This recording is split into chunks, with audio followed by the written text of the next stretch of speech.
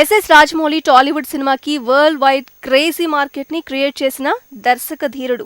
Debut movie student number 1 నుంచి latest movie RRR వరకు ప్రతి చిత్రానికి తన కెరియర్ గ్రాఫ్ ని మహోన్నతంగా పెంచుకుంటున్న క్రియేటివ్ డైరెక్టర్.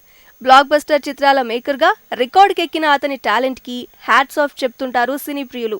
ఇంతటి ఘన విజయాలను అందుకోవడానికి రాజీపడని అతని మనస్తత్వమే కారణమని విశ్లేషిస్తుంటారు సినీ పండితులు. కథా కథనాల విషయంలో చర్చోపచర్చలు పెడతాడు కానీ రాజీపడ్డు. కాస్టింగ్ విషయంలో ఎన్ని ఒత్తిళ్లొచ్చినా రాజీకి ఒప్పుకోడు. ఆర్టిస్ట్ పర్ఫార్మెన్స్ అంశంలో ఎన్ని టేక్స్ అయినా ఎంతో ఓపిగ్గా చిత్రీకరిస్తాడు కానీ రాజీకి రాడు. హీరోల బల్క్ డేట్స్ తీసుకుని తాను ఆశించిన పర్ఫెక్షన్ వచ్చేంత వరకు రాజీ పడకుండా శ్రమిస్తాడు.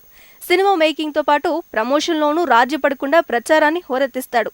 అలాంటి రాజమౌళి రాజీ పడ్డాడు అనే టాక్ వినిపిస్తోంది. తన కెరియర్ డిక్షనరీలో రాజీ అనే పదాన్ని ఎరగని రాజమౌళి రాజీ పడ్డారంటే ఎవ్వరికీ నమ్మబుద్ధి కాదు. కానీ వివరాల్లోకి వెళ్తే అది నిజమనే అనిపిస్తోంది. ఎన్టీఆర్ రామ్ చరణ్లతో రాజమౌళి రూపొందించిన పాన్ ఇండియా మూవీ RRR జనవరి 7న రిలీజ్ కావాల్సి ఉండగా పోస్ట్ పోన్ అయిన విషయం తెలిసిందే. అయితే ఈ చిత్రం ప్రమోషన్ ని సైతం రాజీ పడకుండా పక్కా ప్లానింగ్ తో నిర్వహించాడు రాజమౌళి. ప్రమోషన్ టూర్ కి 20 కోట్ల రూపాయలు ఖర్చైనట్టు అంచనా. ఎన్టీఆర్ రామ్ చరణ్ అలియా భట్లతో కలిసి స్పెషల్ ఫ్లైట్ లో దేశంలోని ప్రధాన నగరాలన్నింటా RRR ప్రమోషన్ ని పీక్స్ కి తీసుకువెళ్లాడు రాజమౌళి. ఈ ప్రచారంలో ఒక దృశ్యం హాట్ టాపిక్ గా మారింది. రాజమౌళి ఎన్టీఆర్ రామ్ చరణ్ ధరించిన కాస్ట్యూమ్స్ మీద RRR మూవీ టైటిల్ ఎక్స్పోజ్ చేశారు. వీరితో పాటు పాల్గొన్న అలియా భట్ కాస్ట్యూమ్ కి మాత్రం RRR టైటిల్ లేదు. ఇతర డైరెక్టర్స్ విషయంలో ఇది పెద్ద మ్యాటరే కాదు. కానీ క్రమశిక్షణకి మారుపేరైన రాజమౌళి ఎలా రాజీ పడ్డాడని విస్తుపోతున్నారు విశ్లేషకులు.